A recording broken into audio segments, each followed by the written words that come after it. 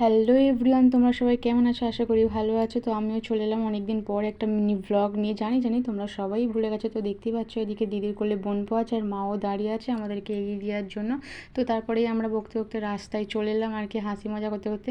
তো রাস্তাটা দেখতে পাচ্ছ কতটাই সুন্দর, চারিদিকে সবুজ আর সবুজ। তো তারপরে কথা বলতে বলতে আমরা চলে এলাম যেখানে যাবো আর কি। এটা হচ্ছে লোকনাথ বাবার মন্দির। তো আমাদের হাতে যেহেতু বেশি সময় ছিল না, তাই আমরা ডাইরেক্ট মায়ের মন্দিরেই চলে গিয়েছিলাম আর কি। যে এটা যেহেতু নতুন হয়েছে আমি জানতাম না আর কি, এই ফার্স্ট টাইম এলাম। তো মায়ের মন্দিরটা দেখে খুবই ভালো লাগছে। আর মায়ের মন্দিরে এখনও কাজ চলছে, কতটা দেখাতে পারলাম জানি না। তো তোমরা অবশ্যই কমেন্টে জানিও কেমন হয়েছে। এখানে বসার জন্য কিছু চেয়ারও আছে, আমরা বসেও ছিলাম।